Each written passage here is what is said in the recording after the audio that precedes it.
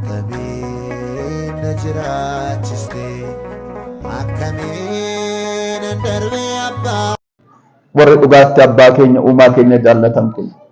Kanaaf kafana sana qulqulluun Phexros ni kaase achi kaaseetoo fudhatee deemee dhaqee barattootatti hime. Egaa waan an deemaa jiruuf amma waa'ee maaliif an deemaa jira? Waa'ee loltoota sanaaf an deemaa jira. Warri dhugaa arganii dhaqanii ka'eera jedhanii himanu. Innis mana cufaa keessatti itti mul'ate. Harka isaa itti agarsiise. Ciraacha isaa waqaraba itti agarsiise. Isaan eebbise. Guyyaa 40 guutuu isaan barsiise. Guyyaa 40 guutuu isaan gidduutti argamee kan isaan barsiise sana keessaa tokko kan ittiin mootummaa Waaqayyoo dhaalanidha jedha Luqaas yeroo barreesse. Hojii ergamootaa boqonnaa tokko lakkoofsa 3 irratti maal jedhame guyyaa 40 guutuu erga du'aa ka'ee booda kan ittiin mootummaa Waaqayyoo dhaalan tokko lamaan isaan barsiise jedha. Si'a 3 immoo gubaayee addaa qopheessee isaan barsiise jedha. Barumsi inni gaafa sanaa isaan barsiise. Kan ittiin mootummaa Waaqayyoo dhaaluu danda'an jedhu sun maalidha? Gaaffiidha beetti yaada kan guyyaa biraan nuuf ta'u. Amma gaa warri dhugaatti du'aa ka'umsa isaa gad akkana jedhanii dhugaa ba'an loltoonni sun garuu 400 qondaaltonni 7 sun garuu achitti meeshaa isaanii gaggeessanii gara warra isaan hoogganuu gara hangafa lubootaa gara faarisootaa gara saabiqootaa gara barreessitootaa deemanii raatanii ajaa'iba ta'e kana itti himanii waa'ee akka ergamoota Waaqayyoo kan argan itti himanii akka kafana isaa fuudhan sana itti himanii arganiiru dhaga'aniiru waan ta'eef yommuu kana maal jedhan hin dubbatinaa callisaa hin dubbatinaa waa'ee kanaa hin kaasinaa waa'ee kanaa wal kaastanii jennaan miidhaa guddaa sinirra ga'a miidhamuu dandeessu qooda kanaa birrii siniif laannaa warqee siniif laannaa birrii kana fudhadhaatii hin kaane jedha. Utuu asirraa jiru barattoota haate jedhanii jedha.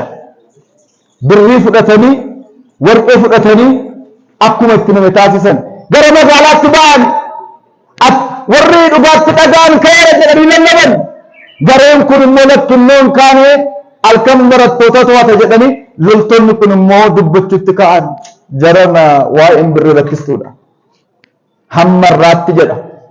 Safara loltoonni sun baay'ee lallaban keessatti Kiristoos du'aan kaanee barattoota to'ate jedha lallabamaa jira jedha. Hamma irraatti iska zaaree diras hin kaane jedhaniito akkana jedhaniiti lallabaa jiru amanaa jiru jedha. Jarana namni waan jallaa fudhachuudhaaf hin ariifata waan ta'eef garuu birrii fudhatanii akkuma itti himame akkuma barsiifaman taasisanii ብር ተቀበለው እንደተናገራቸው አደረጉ አለ። ባይነመ ገድሲ ሰማቴ ዋቀዩ እዛ ካየን በሩምሰ ኬኛዳ ሜ አከምትን ዋቀሳኒ አከምትን ጎፍታሳኒ አከምትን ኡማሳኒ አከምትን አልፋ ኦሜጋ ሰተ ይሰብሩም ብር ቀበን ከነ ሰመነኛ ትፈንዶ አከምትን ገነነም ከነመድ ብር ገነ ፍረተመለኛል እኛ እንፍረተመለ namni Waaqayyoon gane namni Waaqayyoon dhiisee namni dhugaa jallisee birrii fudhachuu danda'a garuu hin nyaatu. Akkam godhan seetan maata Waaqayyoo amma biyya Israa'el keessatti jeequmsa galamatu ta'e warri dhugaatti argan ka'eera jedhanii gaafa dubbatan isaan kun immoo hin kaane jedhan waan kana adda baasuudhaaf Phiilaaxoos loltu kana waamee jedha. Waamee bifa sadiin gargar qoodee isaan dhaabachiise. Iddoo dura sadiin gargar qoodee isaan dhaabachiise garee tokko akkam ta'e jennaan barattoota isaa jaalallee isaatu fudhatanii ba'an jennaan warra kamiidha isaanii warra 12dha moo warra 72dha moo warra 36dha baay'inni maatii isaatee 120 warra kamiidha jennaan gareen tokko warra 12dha jedhe gareen tokko warra 72dha jedhe gareen tokko 36dha jedhe maal sobduree iddoo tokko teessanii eegaa turtanii afaan keessan kun maa sadii ta'ee jedhee gaafatee jedha. Achumaan qassafamanii du'an hin nyaanne birrichi. Silas waaqa ofii gananii uumaa ofii gananii jiraachuun hin danda'amu. Akkana ta'an Egaa maatiiwwan Waaqayyoo kanarratti maal barragaamma nuti namni birrii argachuudhaaf jecha qarshii argachuudhaaf jecha maallaqa argachuudhaaf jecha tulluun hin yaamne hin jiru. Boolleen hin seenne hin jiru. Yakkanni hin dalagne hin jiru. Sobanni hin soofne hin jiru. Mee kitaaba qulqulluu keessatti waa'ee birrii maaltu caafamee jira? Seera uumamaarraa kaaseen hin dheeressuu gaggabaanseen ijooma ishee dirwaa waa'ee birriin dhala namaa jireenya dhala namaa keessatti hojjetu keessumatti warra amantii hin qabne warra gowwaa ta'an irratti miidhaan ni geggeessu badiisa inni itti fidu du'a inni itti fidu maal fakkaata kan jedhu wajjin ilaalla. Xumura irratti immoo birrii isaaniif Waaqayyoon jaallatanii birrii isaaniin waan gaarii hojjetanii mootummaa Waaqayyoodhaaf warri qophaa'anis jiru. Sakanaan immoo xumurraa Waaqayyoon wajjin haa ta'u. Waa'ee birrii laachisee qulqulluun Phaawulos mucaa isaa afuraa Xiimotewosiidhaaf erge boqonnaa ja'a lakkoofsa ja'arraa kaasee haga 12tti akkana jedha. Nagaa jechuu baraa. Namoonni baay'een nagaa jechuu wallaalanii qoraansa guddaa waraananiiru. Kiyyoottis galaniiru. Amantiirraas badaniiru. Du'aas du'aniiru jedha. Gaafa gara haadha keenyaa keessaa baane qullaa keenya baane. Addunyaa kana keessaa siiqamnee gaafa deemnu qullaa keenya deemna. Garuu namni kana dagatee ofiima isaa kiyyootti geesha. Ofiima isaadhaan qoraansa cimaa waraana. Ofiima isaatiin harka isaan of ajjeesa. Maal barbaadu nagaa jechuu wallaalee jaalala birriin qabamee jira. Waa'ee kanaa laachisee kitaaba qulqulluutti deebinee gaafa laallu inni dubbiin galeef namni akka yaada koo Waaqayyo jedhe Daawit maal jedhaa warqee meetii 1000 baay'ee qabaachuurraa seera afaan kee keessaa ba'u naaf wayyaa jedha. Dubbii afaan kee keessaa ba'u naaf wayyaa siinaa wayyaa jechaasaati. Akkana jedhe Faarsaa 119 lakkoofsa 72 irratti afaan Amaariffaadhaan maal jedha seetanii ከአእላፍ ብርና ወርቅ ይልቅ የአፌ ይሻለኛል አለ። dhugaadha. Kanaaf namoonni baay'een dubbii Waaqayyoo dagatanii seera Waaqayyoo dagatanii kan caalu irraanfatanii filannoo hin taane filatanii kan miidhamanii hammas hin qabanii. Mee isaan keessaa gaggabaarseen muraasa isinitti hima. Seera uumamaa boqonnaa 37 lakkoofsa kaasee kan jiru. Yaa'qoob akkuma beektanii ijoollee 12 qaba. Ijoollee 12 qaban keessaati guddaa kan inni jaallatu isa 11ffaa ture. Maqaan isaa Yoosef jedhama. Akkuma abbaan isaa jaallatu Waaqayyoos Waaqarraa jaallatee namcaa kana. Garuu obboleettiin isaa warri afan kurnan abbaan jaallate isa Waaqni jaallatan mul'ata kennee kana jibbanii jedha. Egaa seenaa kana namni hin beekne waan hin jirreef ani ijoo barumsa kootii duwwaa isinitti hima. Gaaf tokko yeroo isaan gara gammoojjiitti horiyaa sanitti isaan dhaqan inni immoo galaa geesseef yeroo inni galaa geessu maal jedhani abbaan mul'ataa hin dhufe jaalalleen abbaa hin dhufe nuyi rakkannee hojjenni ni taa'ee nyaata hin dhufe kanaaf maal goonu jedhani hin ajjeefnaa jedhan. Isaan keessaa tokko hin ajjeefnu boolla keessa buufna malee jedhanii boolla keessa buusan obboleessa isaanii. Boolla sana keessaa baasanii birrii 20 naggaadee biyya miidiyaatti fudhatanii obboleessa isaanii fudhatan birrii 20. Hinaaffaa dachaa waddaa. Amma namni maaf namatti naafa? Garas saanaatti jira hinaaffaa garas. Maa argatee, maa sooromee, maa jiraatee, maa jaallatameedha. Sinifanni isa kana. Birrii 20 gurguratan inni bifa kennee fuudhee galee Qofaar nama jedhamutti birrii 30 gurguran obboleessa isaanii shaqaxa ta'e qodaa ta'e hin gurgurame. Gaafa manatti galan maal jedhan seetanii yakka cimaa shamizii isaa irraa baasan sana dhiiga reettiidhaan sukkumanii fuudhanii manatti galan. Abbaa isaanii jaallatutti akkas jedhan yaa Abbaye kun shamizi mucaa keessaa sibittee miti. Kunoo dhaabaa keessatti agarre. Asuma beensaan jiru, rifeensi mataan jiru, dhiigatu jira. Bineensatu nyaate barbaannee dhabne jedhanii abbaa isaanii ta'e himanii jedha. Abbaa isaanii mucaa jaallatu kanaaf guyyaa 30 boo'ee jedha. Jarana obboleessa isaanii birrii gamatti godhatanii abbaa isaanii immoo boosisan. Ilaala namni yakka inni hojjetu birrii argachuudhaaf jecha. Birriidhaaf jedhee obboleessa isaa duratti dabarsee laata. Birriidhaaf jedhee abbaa isaa haadha isaa gaddisiisa boochisa. Namni dubbiin hin galle kun akkas. Jarri kun adaba guddaa adabaman. Waaqayyo Yoosef wajjin ta'e inni nama guddaa ta'e Gibxi irratti addunyaa guutummaadhaaf gara beelaadhaaf abbaan qofaa ta'ee beekame. Garuu gaafa sana isaan baay'ee rakkatan, baay'ee bu'an, baay'ee gidiraman. Sagaaba sanaa gadi kaffalaniif kan gurra qabdanii obboleessa keessan jaalladhaa birriirra. Obboleessa keessanii qoraa birriirra. Isaan birrii sana gaafa isaan hirmaatan birrii 20 sana lama isaan ga'e. Torban tokko yoo hin teenye kan dhumte ishee waan dhumtuuf jettanii seenaan baan hin galmeessinaa. Ilaa kunoo kana fa'aa hojjeta namni jalala birriidhaaf jecha. Lammaffaa matsaafaa Iyyaasuu boqonnaa 7 kaasee. Matsaafaa Iyyaasuu boqonnaa 7 kaasee maal agarraa? Seenaa akkaan agarraa. Waaqayyo saba Israa'el gaafa biyya Iyaarikoo seenanii dhugaadha namni tokko jalaan miidhamiin Iyaarikoo seenanii gargaarsa Waaqayyoodhaan gimbiin Iyaarikoodhaan jige. Warri achi keessa turan hanqaatuun diinaa dhaggaa'ii magaalaa kan tokkotti baqatanii. Magaalaa gaa'ii kana keessatti hanqaatuun diinaatti jiran waan ta'eef dhaqaatii magaalattii kana keessa kan jiran rukutaa.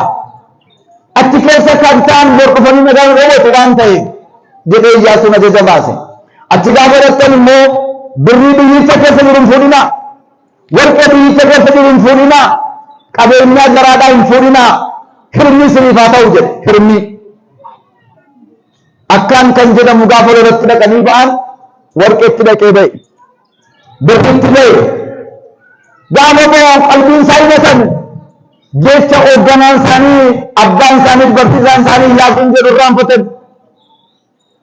Kaayyoo sira ba'e dhiisee laga keessa ba'ee warqee fudhate birrii fudhate wayyaa gaggaarii babbareedaa fudhate dhaqee dunkaana isaa keessa awwaallatee jedha. Waan hirmii sababa akkaan seera cabsee hojjeteef Israa'eloonni hin mo'atamanii. Diinas guddatanii hin beekan guddatti gatanii jarri mari'anii haga nama 36 jala ajjeesanii. Yommuu kana hoduu kana gaafa dhaga'u Iyyaasuu fi maanguddoonni Israa'el ganamaa kaasanii amma galgalaatti taabota Waaqayyoo fuula duratti gadi gombifamanii bo'aa oolanii jedha. Gadi gombifamanii bo'aa oolan. Yommuu kana Waaqayyo akkana jedha Iyyaasuu maaliif boossu? Maaliif boossu? Kai isin keessaa nama hirmii tuqetu jira. Isin keessaa nama ajaja tuffatetu jira. Isa kana sakatta'e of keessaa baasu yoo ta'uu baate ganaa kan caalu waa baay'ee isinitti dhufuudhaaf jira jedhee jedha. Gaafa sakatta'anii dunkaana akkaan keessatti warqeetu argame, birriitu argame kan hirmii ta'e. Kanarraan kan ka'e isa kana dhagaadhaan tuma ajjeesaa jennaan dhagaadhaan tumanii ajjeesanii dhagaan kun awwaalcha isaa ta'e achirra jira. Ammarraadhaa iddoo awwaalcha akkaan jedhee beekama Israa'el keessatti. Maal waan ta'eef hirmii kan ta'e waan tuqeef. Jarana har'as hirmii kan ta'e biraan biyya lafaa keessa kan tuqu duran biraan Waaqayyo hirmiidhaan tuqinaa kan nuun jedhu jira. Maaliin mannaa jettanii jarana kubboo nyaachuun hirmiidha. Gaarii dhiibuun hirmiidha.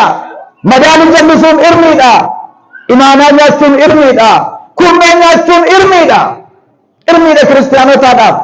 Jireenya keenyatti balaa kan fiduudha, du'a kan fiduudha, dhukkuba kan fiduudha. Karuu nuyi gaariidha jennee goona. Waan agarree waan jaallanneef bu'aadha jennee goona garuu kisaaraadha. Isa qabnu balleessa. Jarana barmeela tokko bishaan yookaan daadhii mee naaftaan malakkee tokkotti cobsaa maal godha? Guutummaa sanaan balleessure akka kanaadha waan hirmii ta'e tuquun. Kanaaf namoonni baay'een birrii jaallachuudhaaf jecha kuno waraansa guddaa waraananii bu'aa guddaa du'anii seenaa hin taanes galmeessaniiru. Isa sadaffaa inni sadaffaan ijoolleen Geediyoon irratti waan raawwatame Matsaafa Abboota Firdii boqonnaa 9 lakkoofsa 4 irraa kaastanii olaaltan seenaa hamaa tokko agartu. Geediyoon seenaan isaa boqonnaa 6 irraa nama cimaadha. Nama Israa'eloota waggaa 7dhaaf miidhaa jalatti bitamaa turan bilisa kan baasu nama cimaadha. Gargaarsa ergamaa Waaqayyootiin waa guddaa kan hojjetu nama guddaadha. Kanaaf erga Waaqayyoodhaan eebbifamee ijoollee 70 ta'uu qaba ture. 71. Inni 71ffaan kun warra Seekem keessaa kan dhalateedha. Haati isaa warra Seekem keessa.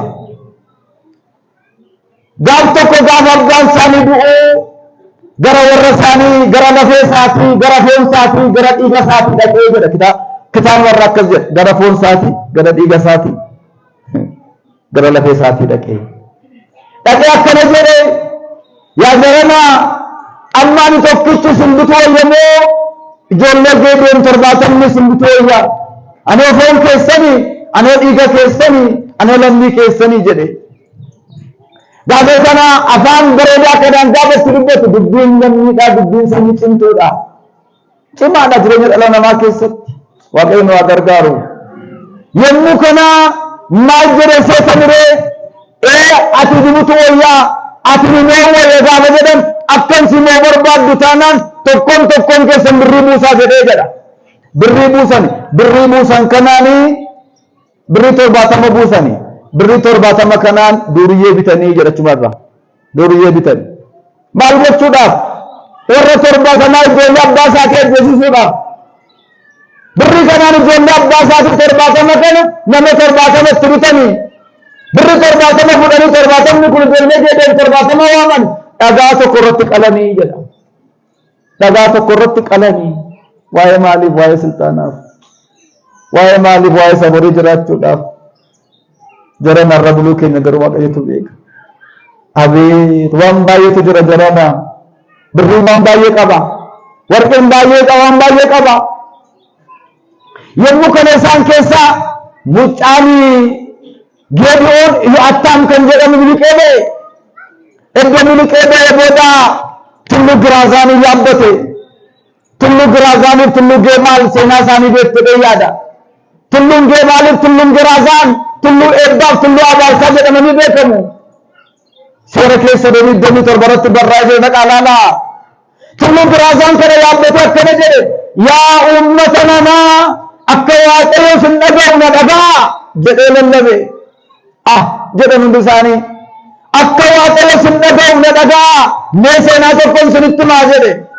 Maal inni jennaan gaaf tokko mukeetiin ol ga'ii ta'anii gaafa ol ga'ii ta'anii kottaa mootii moosifannaa nama nulatti moo kaawwannaa jedhanii ol ga'ii ta'anii uggaa kana muka ejersaa filatanii yaa muka ejersaa ati muka guddaadhaa muka cimaadhaa nurratti mootii ta'e jedhanii yommuu kana muka ejersaadhaa maal jedheen lakkii anoo kennaan qabu kennaa addaati kennaa addaan qabu immoo dibata kun keessaa ba'a dibata kun nama moosisa dibata kun dhukkubsataa fayyisa dibata kun qodaa mana Waaqayyoo keessaa eebbisee qulqulleessa. Kanaaf kennaa kana dhiisee isin irratti moo'atu maaltu irratti ta'in koon barbaadu jedhee didee jedha. Yo'attaamtu dubbachaa jira kan Yo'attaam. Lammaffaa maal yeroo jennaan isa balasi gaafatanii isa balasi akkana jette ani kennaan qabaa kennaan koo iji koo ogummaa namaa laata beekumsa namaa laata fireen koo mi'aadha ani firee kana namaa laachuu dhiisee sinirratti kana ta'uu waan sana geesse in koo hin barbaadu jettee diddee jedha.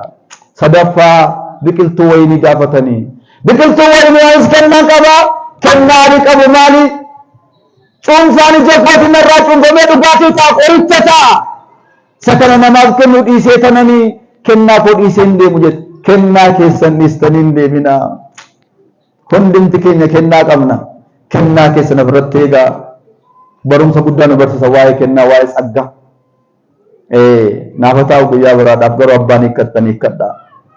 Maaliin yeroo jennaan qoraattiin ansiniif ta'uu jettee jedha. Ansiniif ta'uu jette qoraattiin jedha. Gaammonuu ta'e jennaan akka ansinii ta'uun barbaaddu taanaan kottaa gaaddisa koo jala seenaa jettee jedha. Kana booda kan jiru cimaadha. Namni isatti fufaa dhala dubbisaasi. Maatii Waaqayyoo maal jechuun barbaade seetanii qoraattiin kuni Adaamiin qoraattii jalatti guddatte jedhanii. Adaamiin qoraattii jalatti guddatte yeroo hundumaa bonaaf gana bu'aa jiraatti jedhan. Akkas gaafa jettu cadhaqoodha. Akkas gaafa go cadhaqoodha inni ibsa waan ta'eef. Warra akkana jedhan kana warra seetan kana seetan deebisee isaan abidda godhee isaan gube qoraattii godhee isaan waraane abidda isaanitti ka'e እንደገና ብረቱን ጭለን isaan iyyuu biratti ka'anii jedha. Egaa maatiiwwan Waaqayyoo waan hin dubbachuu ka'eef inni guddaa olaanaan ilaalaa birrii argachuudhaaf jedhee namni kan hojjetu ofiima isaaniidha.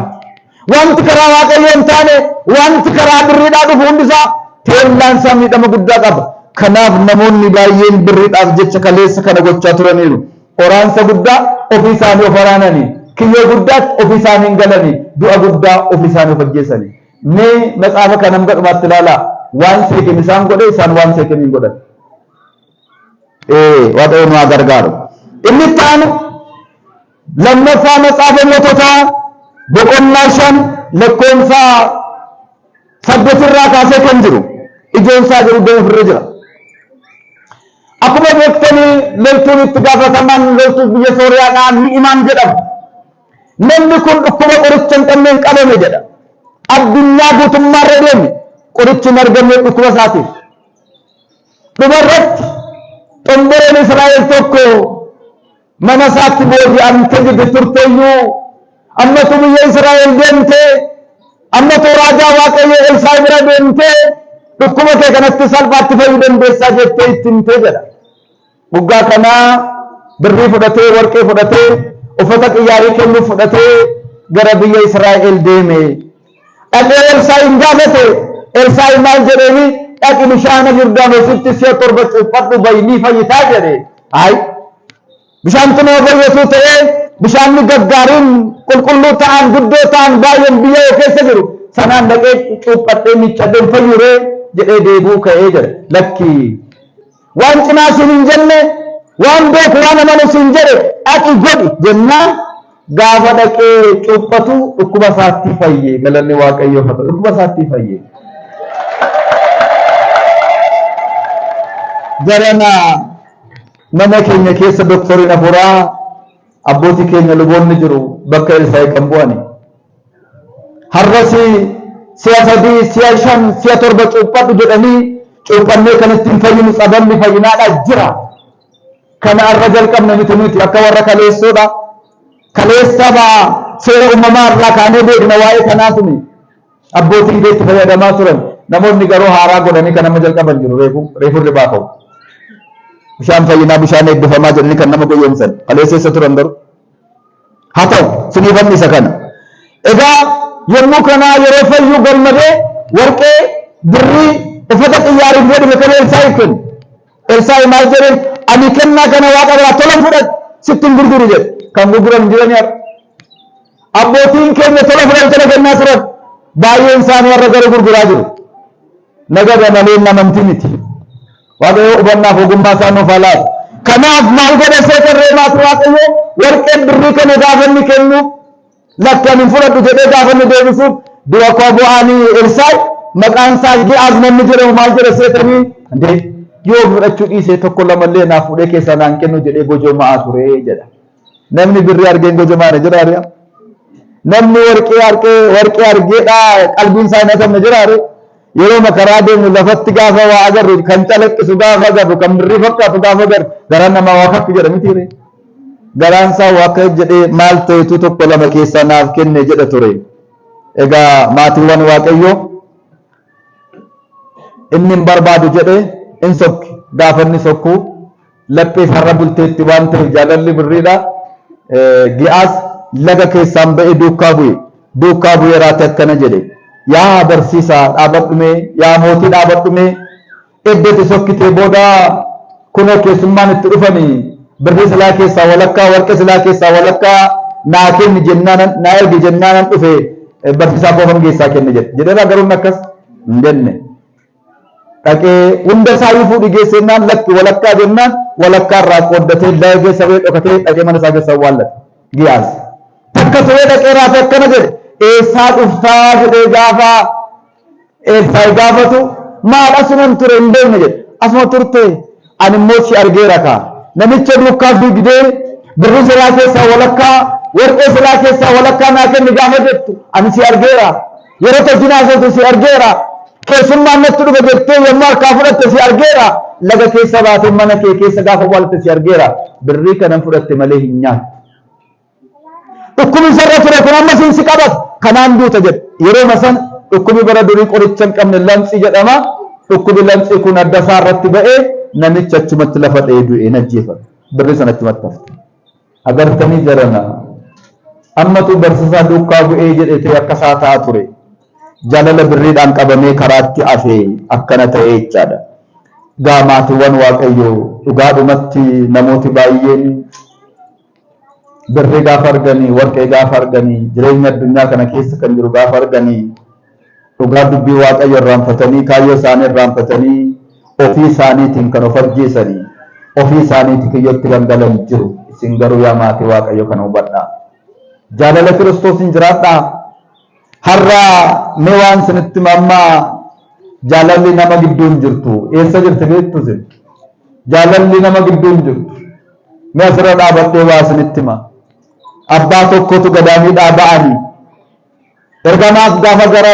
magaalaatti hojiidhaaf gaafa ba'anii mana waaqayyoo keessa gaafa naqan jaalalli hin jiru lubaaf daaqumee gidduun jiru daaqumeef daaqumee gidduun jiru sabataadhaaf nama gidduu hin jiru faarfattootaaf faarfattoota gidduu jaalalli hin jiru hundumtu garaa keessa dhibee kaawwatee madeema kana gaafa argan hin gaddanii jarana mootummaa waaqayyoo kan banu immoo jaalala jarana cubbuu baay'ee irra tuulamee jiru nurraa hafuu kan danda'u jaalala tokkoffaa ergaa Phexros 4:8 irratti jaalalli cubbuu baay'ee of kaamsite akkuma jedhu jaalalli hundarra caalaa tokkoffaa Qorontos 13 dubbisaa laalaa hundarra ni caalaa kanaaf jaalalli nama gidduu dhaabaddee gaafa namni wal godhu wal lolu arge gara magaalaatti gaafa ba'uus akkasuma abbaan namaa fi haadha manaa gidduu obbolaa gidduu jaalalli hin jiru samunaa irratti wal lolu kaan sirratti wal lolu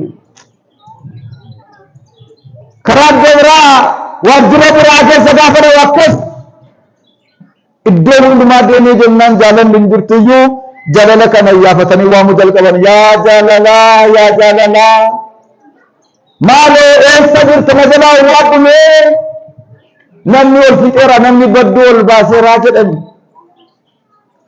kaabaa kibbatti baalixatti magaalaa keessa naanna'anii uggaa waaman magaalaa walakkaatti wawwaatte eessa jirta jennaan mana baankii keessa jiraa jetti maal hojjettachi jennaan birrii wajjin hidhamee deema kaaniin jira gadi ba'uu hin danda'u jettee jedhama eessa jirti jaalalli birrii faana jirti kanaaf namni kaayyoo isaa dagata kaa mee kakuu haaraatti isin deebisa gaamma immoo kakuu haaraa keessaa wangeela Maatewos boqonnaa